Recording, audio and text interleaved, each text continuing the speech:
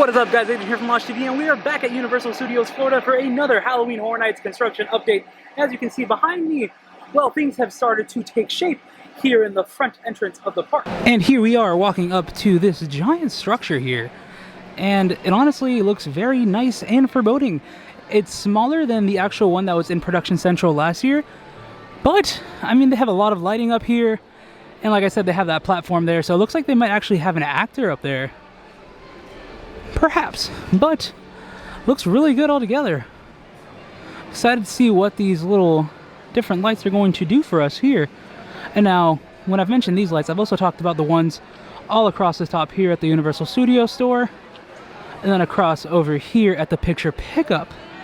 So, very exciting things to see here in OddFellows Scare Zone. So, can't wait to see what this is going to turn out to look like. So as we know, Lexi's here with me as well. Forgot to tell you guys that. Wow!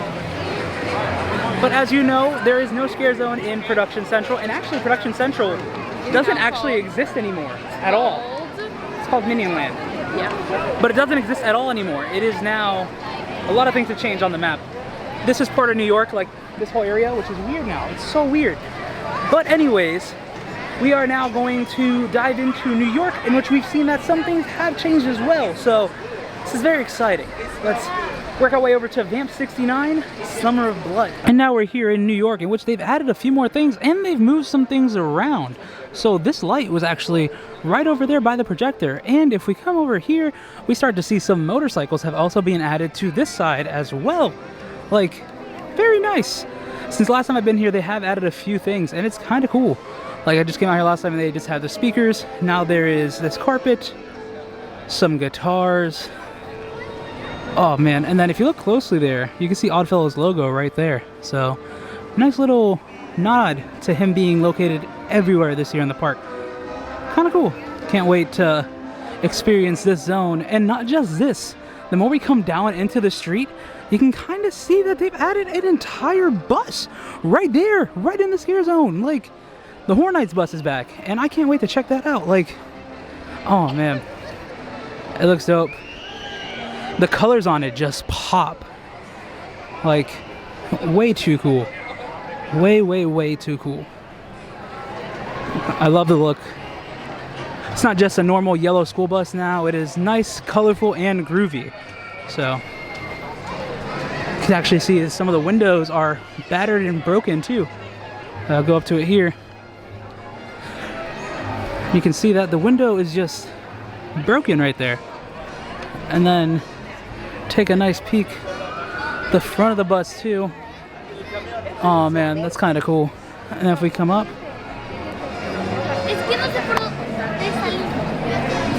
very cool. Like to see it. Oh, and over here looks like we have a fog machine. There you go. Not a fog machine, just a box of electrical equipment. And it says do not climb. And right here again it says please do not climb. So yeah, that's pretty much that for New York.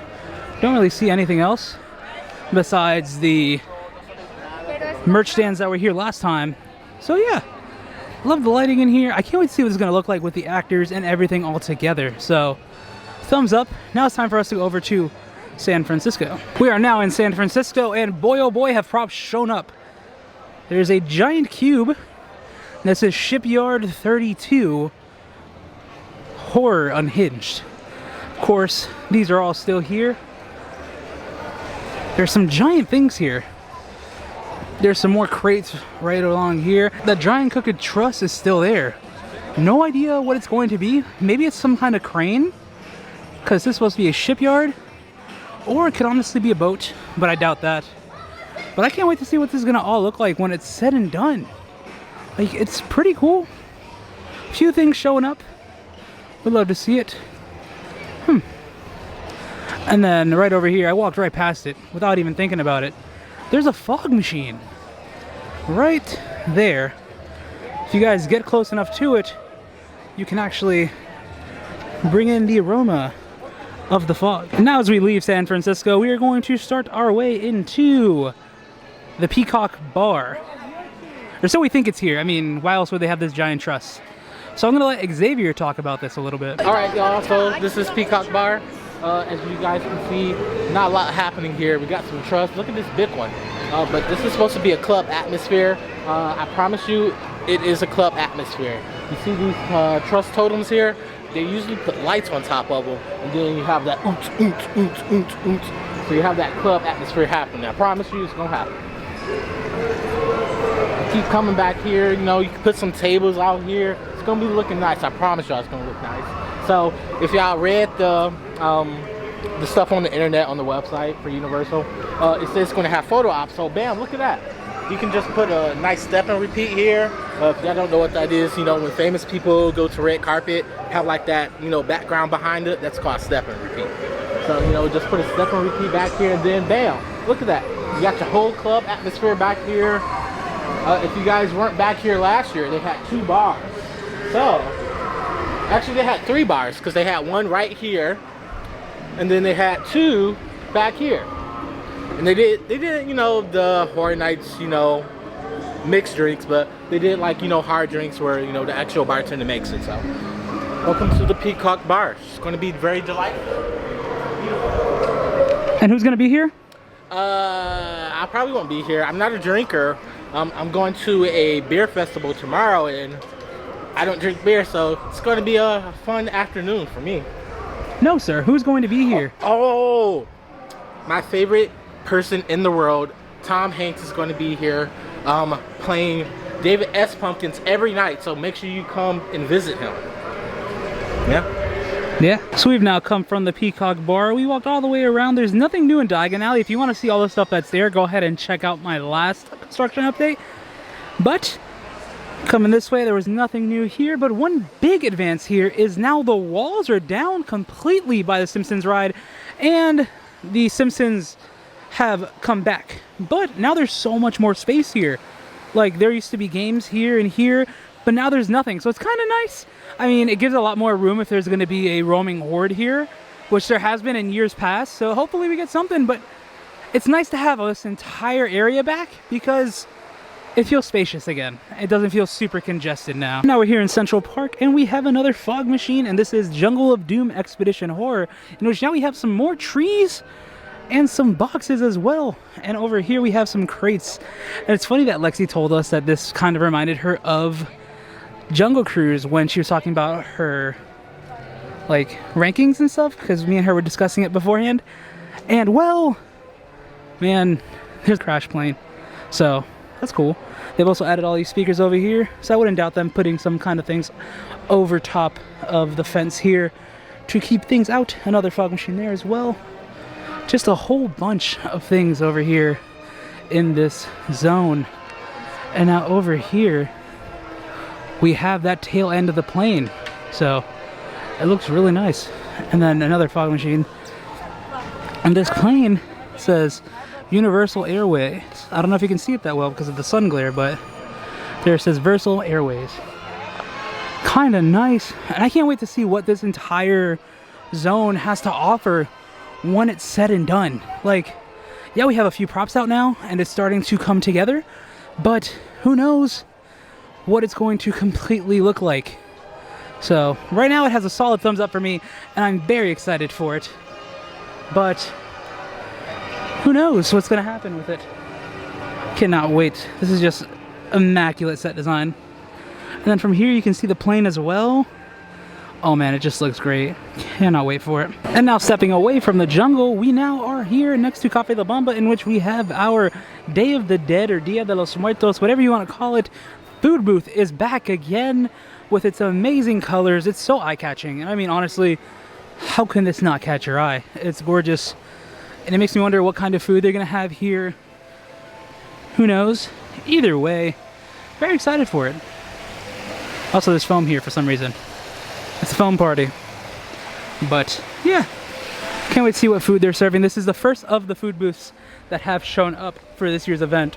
So we have a few more that will show up in the coming weeks. But for now, this is just the very first one that we're going to see. It is right here next to Cafe La Bamba. It's actually attached to Cafe La Bamba. And then we're going to keep going straight now, and we're going to go over to Hollywood and go check out what's going on over there in Dark Zodiac. And here we go, guys. This is the entrance portal here to Dark Zodiac. There's lighting up there. something's covered right here, and then this nice little design work here, very unique. And now all along the zone we have different little tables or pedestals for the said Zodiacs. So to me this just looks like it's Scorpio. You can see the stinger there for the scorpion, and you can actually see the design there that is similar to the one that they have over there. And this actually reminds me a lot of the pedestals that they had in the Scare Zone a couple years ago, which was Lights, Camera, Action. Almost the same exact stages. Then we come down here. They're probably going to have a giant set piece in the center here. That's just my guess. But as we keep coming down, there is some new merchandise in Five and Dime. We'll get to that. I'll circle back so you guys can see it. Now, of course, some of you guys have probably seen it already. It's for the Exorcist. But I'm going to go in there and show you the shirts ourselves. But now we're going forward here, and I'm not sure which sign this is supposed to be, but it's over here next to the Born Stuntacular. And oh, I'm not sure. I do see a man with a bow, person with a bow. I am not sure. Could be Leo. There's a Leo, like a lion there. Oh, it is Tauros. It's like a person, horse, like a Mantar. So yeah, it's Tauros. But right here they have Leo.